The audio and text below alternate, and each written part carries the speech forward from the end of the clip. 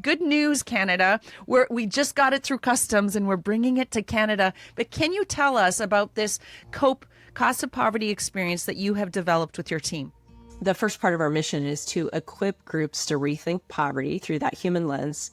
We have found one of the most effective ways to do that is by inviting people into the stories of others. And Wendy, I know Care Impact creates a lot of resources and training and equipping tools for churches and community groups. And so what we understand then in this space about adult learning, how we do learn and change and grow and become more effective, is we have to immerse ourselves. The information has to be relevant. It's got to be more than stuck in the head. We've got to embrace it emotionally, and we've got to be able to apply it. And so that's why I think COPE has been so effective, is that it is a simulation.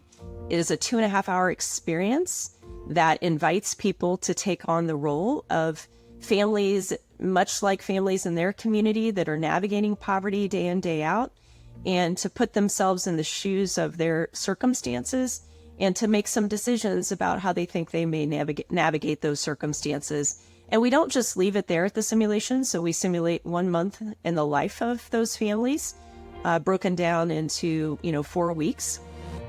But we don't stop there. Then we have a conversation about, what insights did this give you? And what does this mean for us, both individually and collectively? Just hear their stories in their own words about kind of some of their presenting challenges, about their family dynamics, about the way in which they told their own story or kind of made sense of their own story.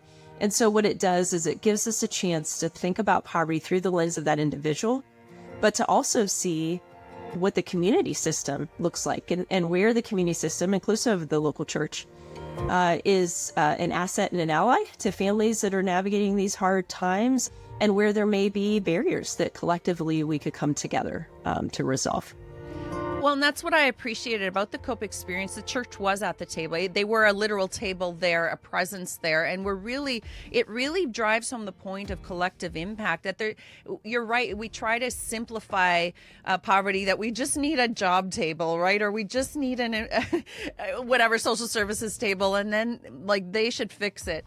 And yet you're brought into this immersive experience, and there's a variety, just like a community. It's represented there, and people in these roles that you were needing to interact with. And when I went through it, now I've walked with a lot of people in poverty. I am that foster and adoptive mom that it's not new to me. My husband worked with the incarcerated. I have worked with anti-human trafficking.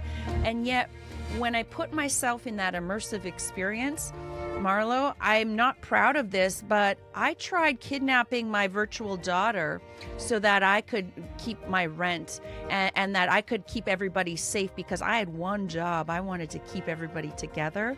And that mama bear instinct, I'm like, whoa, I know the rules. I work with social services. And yet when it really simulated that, and it made me like, what are my choices?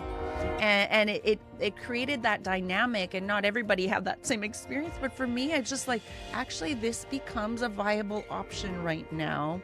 And then we went into a debrief, and we could share about those experiences. It was really powerful to hear, and to kind of drop that vulnerability curtain, I think is so necessary within the community, within the church, that we could talk about it, that it's not just about pathologizing those going through these actual situations, but what was going on? What were the barriers? What were those blind spots that were like, oh my goodness, I can't believe I held on to this. We don't know what we don't know, right? It's that Johari's window, and it really helps people understand a little bit better. It's not going to be everything, but it puts us on that pathway. And we're so excited to bring that to Canada.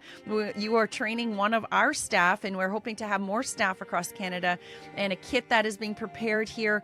And we're so excited to bring it here, that we can actually go into different cities, different churches, different organizations. Why? Not just so that they have this poverty experience debut, but it's like, this can be a stepping stone, a catalyst for being that human to human, being that relational presence in community.